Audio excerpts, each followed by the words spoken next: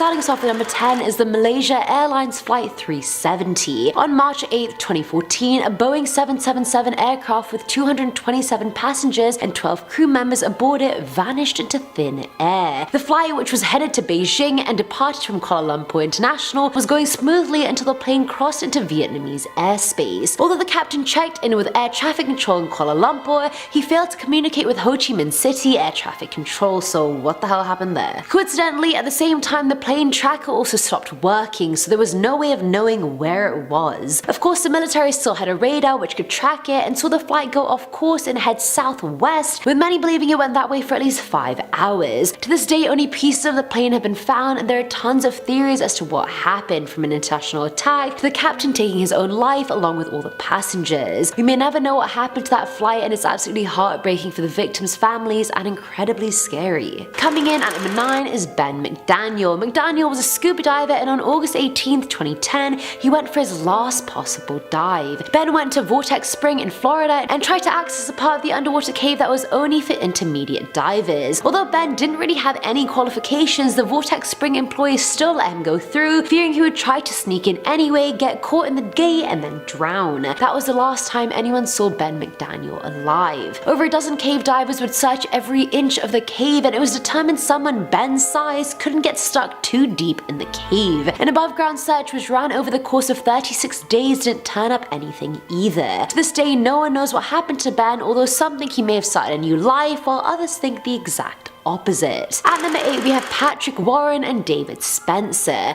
On Boxing Day 1996, these two best friends told their parents they were going to visit one of Patrick's brothers. Patrick left his house riding his brand new bike while David was on foot. The next day, one of Patrick's other brothers, Derek Warren, went looking for the boys when he found out they never arrived at their destination. Now, at first, police thought the boys had run away, then Patrick's bike was found behind a gas station. It took them weeks to realize it was actually Patrick's, and this led to an investigation which got very little media attention, but included the boys' faces being plastered on many milk cartons. Professor David Wilson, a criminologist, believes the case was mishandled to begin with because of the boys' families' working class backgrounds. The class wars, they just never end, do they? Although a suspect was named, there was never enough conclusive evidence to believe he was actually guilty. Filling at number 7 slot is Ray GRICAR. Ray worked as a district attorney in Center County, Pennsylvania, and on the 15th of April 2005, he randomly just vanished. Ray was skipping work as he usually did on Fridays. However, when GRICAR didn't come home, his girlfriend reported him missing, and the cops found his car parked not far from a bridge. Ray was never seen again, but a fisherman found Ray's laptop months after his disappearance. Oddly, the hard drive had been removed, but was also eventually found on shore. Although it was too damaged to extract any information, investigators found searches on Ray's home computer that read how to wreck a hard drive and water damage to a notebook computer. Here's where things get even more interesting though. Some believe GRICAR was murdered because he was part of an investigation involving Jerry Sanfusky, yet GRICAR had declined to press charges back in 1998. GRICAR retired in 2005, and something out of fear he may have been set up to keep the truth from coming out. Ultimately, Sandusky wouldn't be able to stop the truth from coming out regardless if he was part of GRICAR's disappearance or not. The truth always comes out, baby. Now at number 6 is Amelia Earhart. On July 2nd, 1937, Earhart disappeared while flying over the Pacific Ocean. We should all know the story by now, I don't need to tell it to you guys. There are countless theories regarding what really happened, from her simply crashing to being captured as a war criminal and so on. As of now, there isn't enough evidence to allow us to fully understand what truly happened. Remains have been found over the years, both of what's believed to be Earhart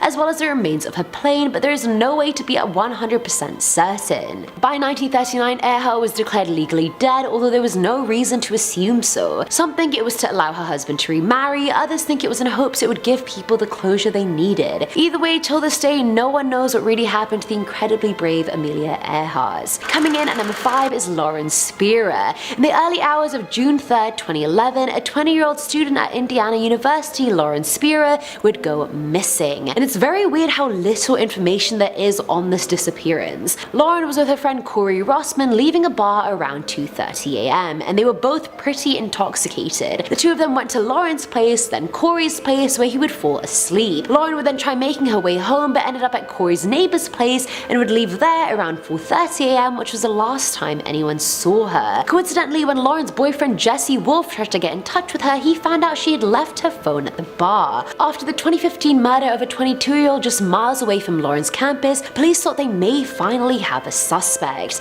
After investigation, there was no connection between the two cases, and to this day, no one knows what happened to Lauren. At number 4 is Brian Schaefer. On March 31st, 2006, Brian Schaefer would meet up with his friend William Clint Florence at a bar called the Ugly Tuna Saloona. Very ugly name. The two would go bar hopping all night until returning to the Ugly Tuna just before 2 in the morning. Security footage shows Schaefer going into the bar but never leaving. Although the boys went out on a Friday night, Schaefer wasn't reported missing until Monday, when he didn't show up for his flight to Miami, where he was supposed to spend spring break with his girlfriend. The Ohio State medical student was grieving the loss of his mother, and those around him say he took it incredibly hard, leading them to believe Schaefer may have taken his own life. Others think he may have been a victim of foul play, and interestingly enough, his friend who he was with, William, refused to take a lie detector test. But that doesn't account for the security cameras not seeing him, or someone carrying his body and leaving. That's the scariest part. Where did he literally go? Filling at number 3 slot is Jimmy Hoffa. You may recognize the name because the Netflix movie The Irishman was all about him. Spoiler alert, he is missing. The mobster, who is most notably known for leading the Teamsters Union and gaining clemency from President Richard Nixon, went missing in 1975 and till this day has the FBI completely stumped. After being released from prison early in 1971, Hoffa would spend the next 4 years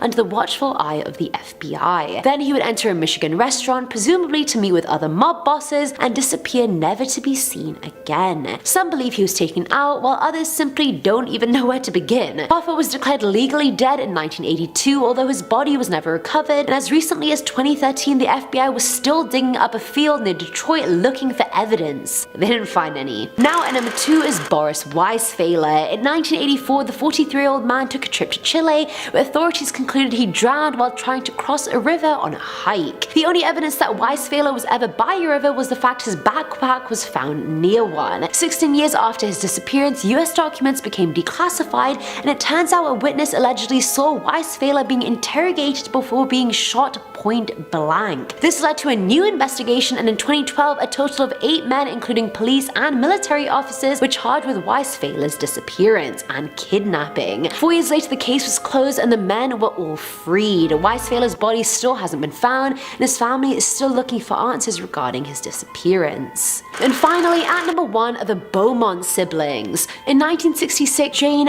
Anna, and Grant would oddly disappear from Glenelg Beach in Australia. Their parents let them go to the beach quite often, as long as they came home by their curfew. When the children left that day at 10 a.m. and didn't return for their 2 p.m. curfew, the Beaumonts got worried. By 7:30 that night, their mother called the police, and witnesses at the beach said they saw the kids with a tall blonde guy with a very thin face. A local vendor also told authorities the kids bought a meat pie, which was strange because the kids had never purchased one before and their parents hadn't sent them out with any money. This led to even more unanswered questions. Where did they get the money for the meat pie? Why did they even buy a meat pie? And most importantly, where did they go? There's still $1 million reward regarding their disappearance. Some think the man abducted them, while others fear they were washed out to sea, or Grant got pulled out and assistants attempted to save him and failed. Honestly, when I first read this story, it really gave me a series of unfortunate events vibes, like 3 children, Beaumont, Baudelaire, thin blonde man, Count Olaf. Are we seeing the parallels? Because I certainly am making them. Starting us off with number 10 is Brandon Lawson. 26-year-old San Angelo local Brandon Lawson was married to Ladessa Lofton and had 4 children. On August 8, 2013, around midnight, he got into a fight with Ladessa and left the house to go to his dad's place. Unfortunately, that was the last time he was ever seen alive. 45 minutes later, he called his brother Kyle, claiming he had ran out of petrol on the highway. A few minutes later, no one had any idea what happened, but Brandon made another call, only this time it was to 911. The call featured Brandon saying things like, "I ran into somebody," and that he was in a field and he needed help. When Kyle and a police officer finally got there, they both saw his truck on the side of the road, but there was no sign of Brandon. His keys were gone, so was his phone, but thankfully the truck didn't seem to be damaged at all. All of a sudden, Kyle got a call from Brandon, but the signal kept going in and out. All he heard was that Brandon was 10 minutes away from the truck and that he was bleeding. And that was the last time anyone heard from Brandon Lawson again. No activity has been reported on any of his cards, no outgoing calls. Apparently he was chased into the field, but by who? Nobody knows. Coming in at number 9 is Mayumi Arashi. This one was shared by Reddit user SheepFloof, who told the story of 27-year-old Mayumi. One day she left the house to meet up with a classmate and just never came home. Her older sister Yoko then called this classmate, who claimed this meeting was never planned and they had never met her that day. The Arashi family was distraught looking for their daughter, and what made matters worse was that Mayumi left a note in her room saying she had been betrayed and that she was sorry. At this point, officers had pinned the suspect to one of Mayumi's guy friends, and let's just call him A, just like that. Now later on, A called Yoko and admitted he had seen her the afternoon she vanished, and that if she ever wound up dead, he wanted to be in jail. The day after she disappeared, police officers followed A to a mountainous area where he was seen carrying 2 cans of juice, never to be seen again. The case started blowing up and her dad was interviewed about the case, and during the computer interviews, viewers noticed a note behind Mayumi's door that no one had seen yet. On it, in Mayumi's writing, it said, "Don't trust what Yoko says." Dun dun dun. Was it the sister? We don't know. Bobby Dunbar Part 1. Now this one is actually insane. Now back in 1912, the Dunbar family took their kids and went fishing at a lake in Louisiana. His parents decided to stay back while the uncle took the kids fishing. On the way back, at some point, Bobby got separated from the group and the uncle only noticed when they finally got back. The family searched for him all over. The police looked for him for 8 full months, but to no avail. Eventually, officers found a man called William Cantwell Walters who was traveling with a boy that looked a lot like the Dunbar boy. William's story about the boy was pretty sus. He said his friend gave him custody of their son, that his name was Bruce Anderson. The Dunbars were certain that Bruce was actually Bobby, and officers transferred the custody of the boy to them. When he was reunited with Leslie Dunbar, he even shouted "mother," but it doesn't end there. A woman called Julia Anderson saw the story in the newspaper and arrived in town to claim the boy was actually her son, Bruce. Going on number 7 slot is Bobby Dunbar Part 2. Julia's arrival spiced things up a big time. She claimed she had given Bruce to William for a 2-day trip to visit his relatives, then she had never given him actual custody of the boy. When the boy was put in front of Julia, he didn't recognize her at all, and she him, which is again very sus. A kidnapping trial ensued, and no one was really on Julia's side since she had already had 3 kids out of wedlock, 2 of which had already passed away. And think of the context, it's the early 1900s, people were judging her hard and questioning her character, and I mean, it was the time, so I'm not surprised. Sadly, Julia wasn't even that well off, so she didn't have enough money to keep the court battle going, so the trial ended up staying with the Dunbars. However, in a shocking turn of events, in 2004, Bob Dunbar Jr. did a DNA test which showed he was not related by blood to his cousin, the son of Bobby's brother, Alonzo. So the boy was not a Dunbar, which begs the question, was he Bruce Anderson? And what really happened to the real Bobby Dunbar? Now, number 6 is false information. This case was shared by Reddit user Guy in Florida, who said back in 1971, a woman in Boca Raton, Florida reported her daughter is missing. Investigation led officers to find that the girl's boyfriend was missing too, and so was his van, which made them think the 2 lovers had run off together. Very Romeo and Juliet. Now, at some point, the mum hired a private investigator to look for the 2, and she was eventually told they were both living in San Francisco. Another PI told her she actually had a grandchild, but none of it made sense. The mum was supportive of the relationship, their home life was completely fine, she just couldn't comprehend why her daughter would cut off all contact for no reason. It wasn't until 2000 that she finally found out the truth. There are quite a few drainage canals in South Florida that drain the Everglades into the ocean, and a lot of them are freaking deep. That year, a canal was dredged, and inside of it, they found the woman's daughter and the boyfriend inside the submerged van. So I guess this one is solved, but for a long time it wasn't. Coming in at number 5 is Rico Harris. This 6'9" former Harlem Globetrotter basketball player had definitely had his hardships in life. Rico suffered from a lot of hard substance abuse earlier in life, but had been clean for a while and was finally getting his life back on on track. In 2012, Rico started dating Jennifer Song and the two began their long-distance relationship. By the end of 2014, things were pretty serious and talks of marriage were being had, so the two decided to merge their lives together and he moved to Seattle for her. A few weeks after moving, he went back to Alhambra to see his family, and Jennifer said he just went to get some closure. On the way there, Rico was completely fine. He met his mom and a brother, and things were left amiss. He didn't get what he wanted out of the conversation and left that night to go back home. At around 10:45 p.m, he called Jennifer and told her he was going up to the mountains to rest, so he hadn't gotten much sleep all night. At 11:15, he turned his phone off and no one has heard from Rico since. Imagine what Jennifer's going through. Like, how does your boyfriend, soon-to-be fiance, just disappear and never tell you where he went? Did he kill himself? What happened? At number 4 is Angela Hammond. The year was 1991. 20-year-old Angela was engaged to Rob Shaffer and was 4 months pregnant with their child. On April 4th, she dropped Rob off at a barbecue, and an hour later she used a payphone to call him. While they spoke, she saw this creepy man circling the block a bunch of times in his green pickup truck. He got out of his truck and was looking around for something with a flashlight, and Angela asked if he needed to use the phone, to which he said no. Suddenly, Rob hears Angela scream on the phone and he rushes to the payphone in his car, not knowing Angela's kidnapper was driving past him in the opposite direction. She yelled for him and he reversed abruptly, breaking his transmission while he did so. And sadly, his car broke down and the truck got away, and with it, Angela Hammond. The search for the truck began, but to no avail. Police started questioning Rob since he had no witnesses to corroborate his story, but he did agree to a polygraph test and passed, so he was telling the truth. Rob was cleared, but Angela was never seen. Following number 3 slot is STACY ARRAS. Back in July of 1981, STACY, her dad, and 4 others went to Sunrise High Sierra Camp on horseback. It was built as a tourist destination 20 years prior, and it's the final stop in Yosemite's mountain chalet loop. When they got there, STACY told her dad she wanted to take photos at the nearby lake, and although he didn't go with her, an elderly man from the group did instead. At some point on the way there, he got quite tired and sat down, so STACY carried on the journey by herself. A few hours later, the man returned to the camp without STACY, claiming he waited for ages, but she never walked back. A tour guide in the group said he saw her from afar, standing on a rock about 50 yards south of the trail. So there's no way she could have gotten lost, but she was never seen again. Did she accidentally drown in the lake? Did she in fact get lost? I mean, the lake was only 1 bluff away from the camp. Maybe the sun was setting, it was getting dark, and she kind of just lost her way.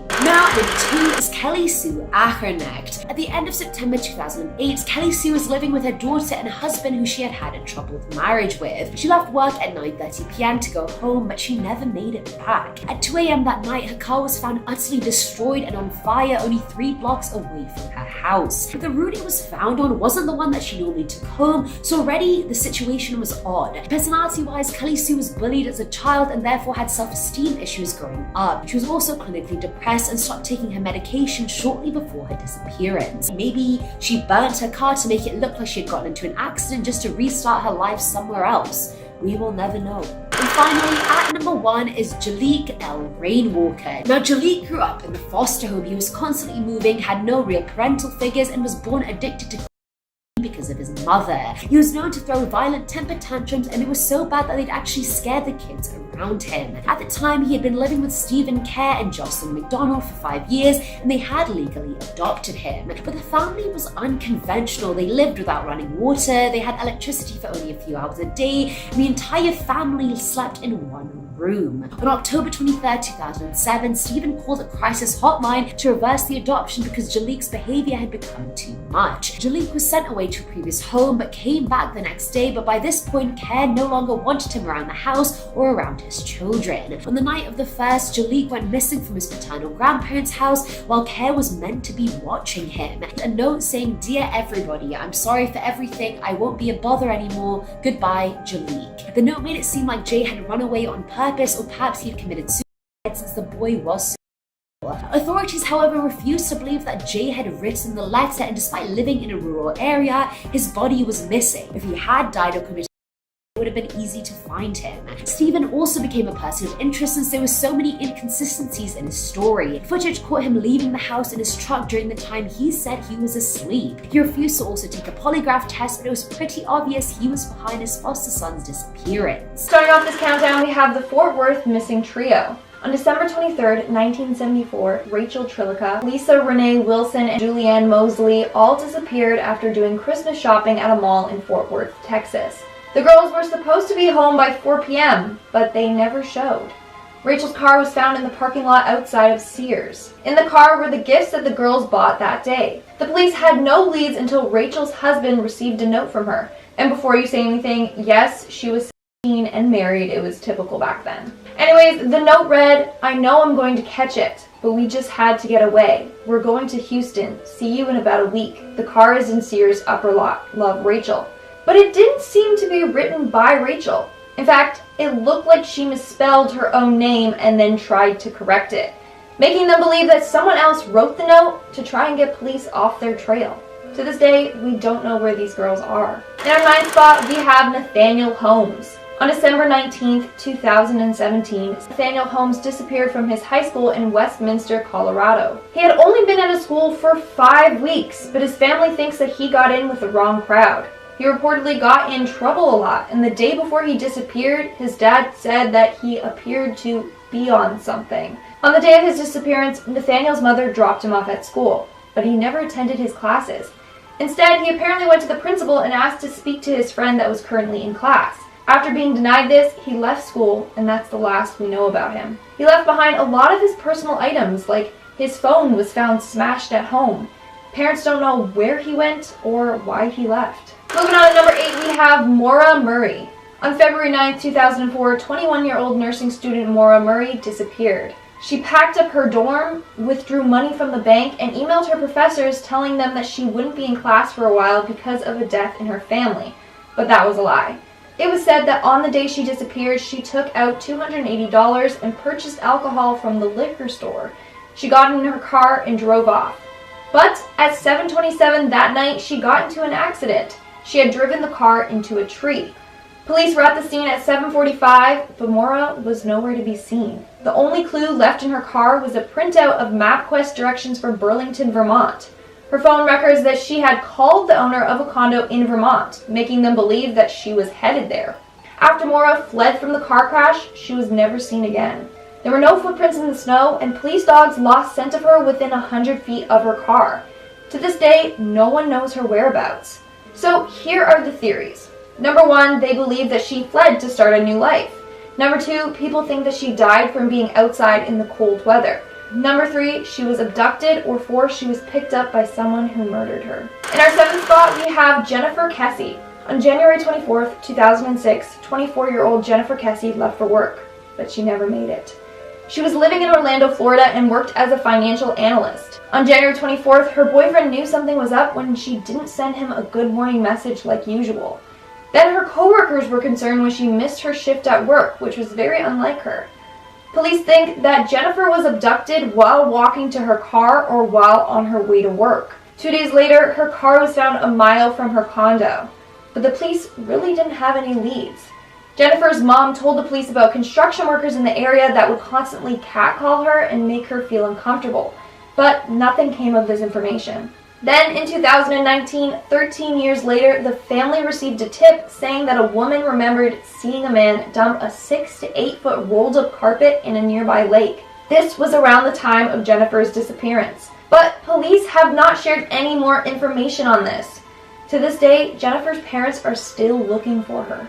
Making our way down the list at number 6, we have Patricia Meehan. This case is definitely really unusual. On April 20th, 1989, 37-year-old Patricia Meehan got into a car accident after driving on the wrong side of the road. The other driver, Carol, claims that she saw Patricia get out of her car and just stare at her. Then she climbed over a fence and stared at her again before walking away from the scene completely. That was the last official time that she was seen. There have been reported sightings of Patricia a couple of times across the U.S., like at truck stops or hitchhiking along the side of the road. In May of 1989, a waitress reported seeing a woman that fit her description. She claims that she was talking to herself and seemed disoriented. Investigators think that she got a head injury from the accident, and along with her previous health problems, it caused her to develop amnesia. Sadly, we don't know for sure. We're now at our fifth and halfway mark with Charles and Catherine Romer. In April of 1980, Charles, age 73, and Catherine Romer, age 75, were headed back home from their yearly trip to Miami, Florida.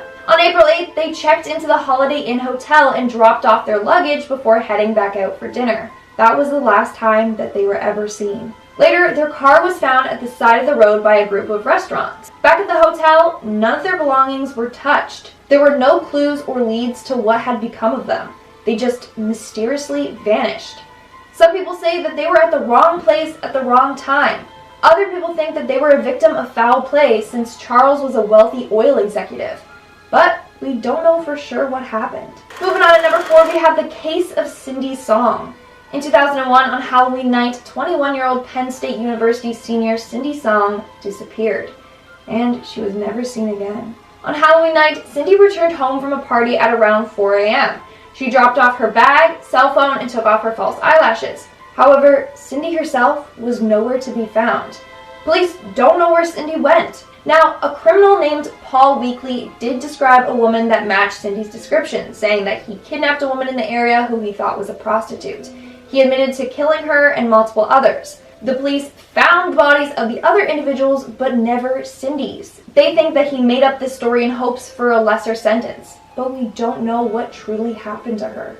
In our third spot, we have Tara Calico.